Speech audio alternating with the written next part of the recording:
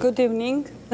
Today I should show you the example of applying the jumping exercise progression.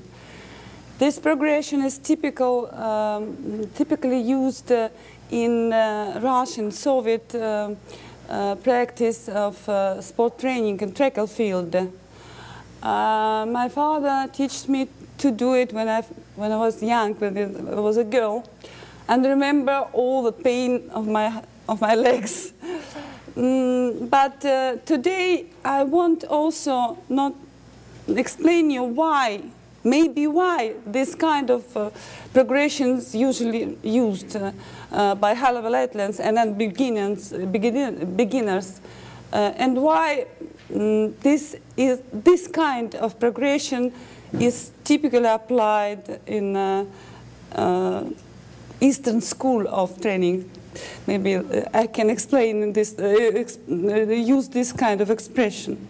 But before, to show you this example, this is general approach with some examples more clear for you. I should touch theoretical issues. Unfortunately, maybe it will be some heavy. I hope that no. You know this curve, this figure from manual for coach. But I should add only something. I was grown in the family of coaches, and I knew many coaches. After I was a coach also, and I knew also another coaches. For me,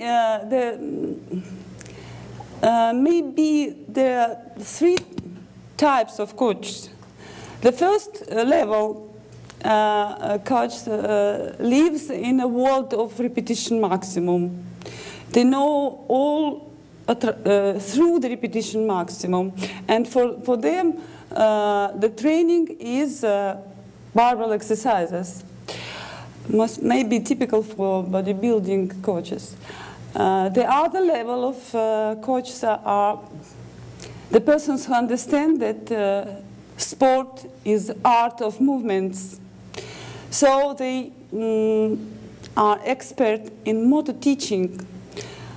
I met this kind of coaches from track and field coaches, especially in jumping events.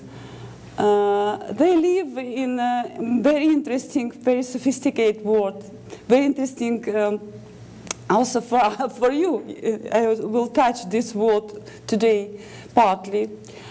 And the third level of coach, it's quite rare. The coach who understands well that it should be repetition maximums, it should be art of movement in training process, but they also understand that training process is a process. If this process have some loads, it's based on some loads, I think that it's very important quality of coach. So today I should remind you this idea of my father that the training process includes two main components: fitness and skill component. The first is fitness component, and it's increasing of motor potential of athlete, and this is adaptation process. The process morpho-functional specialization of the athlete's body. The second component is skill component of training process, which is based of the improving on the work of motor control system. So this is a process of motor learning. So increasing the sport results during the multi-year trainings is achieved by two interrelated processes having different natures. The process physiological adaptation, or the functional specialization of the athlete's motor apparatus, his body, and the other is the process of motor learning, the process of acquisition of motor skill, specific motor skill. So what should do coach during this training process? He should realize the first element, fitness element, through the physical preparation. Applying the specialized training means able to induce the adequate stimuli for adaptation and to obtain the specific morpho-functional reconstruction of that body. And there is another component of training process is technical preparation, which regards applying the methods of motor teaching, allowing the athlete to adjust the motor part of the competition exercise in compliance with the growing functional level of its motor apparatus. I think that you agree with me that the coach should be expert in both fields. I have to say that in Russia, for example, the coach are more success in the second element, technical preparation. The coach, I mean, in not track and field disciplines, I mean all the other, because the coaches of track and field are the highest level of coach. And in the United States, maybe I met the person who know very well how to apply barbell exercises, how to utilize better the strength training means, and maybe this part of knowledge of coaches developed quite well. But it's necessary always remember that sport is art of movement. So the end of all is improvement of movement. This is the purpose of our work. How this picture was created? This picture was created from one of the first analytic work of my father.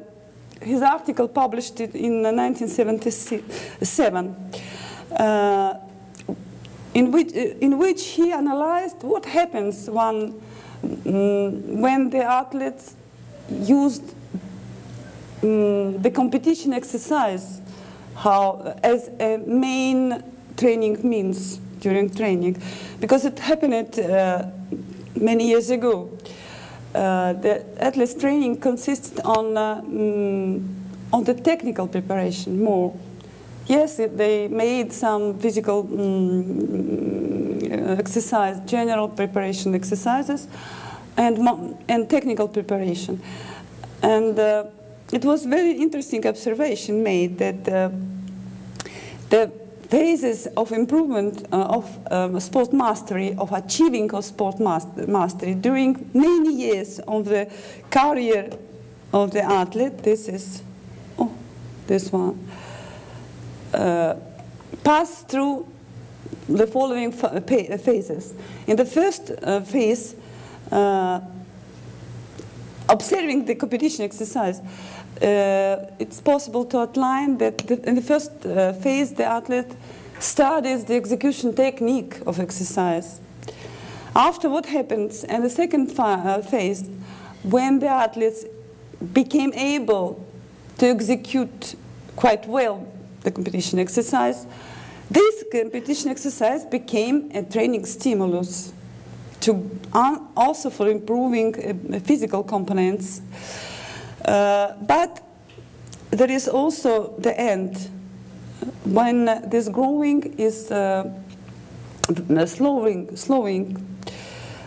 From this observation, my father concluded that to assure improvement of sport results, to assure that the third phase occurs, it's necessary to use a specialized training means, specialized method of physical preparation, which are able to increase the power output in K movement of competition exercise. But for us, today, many years later, this picture is interesting because we can see what happens when the athlete introduces the new training exercise and training process. There are always these three phases when the exercise became able to induce the training stimulus, because the athletes step by step improve the execution technique of this exercise. There is the second phase in which this exercise is able to give results. And there is a third phase in which the training potential of the exercise is exhausting.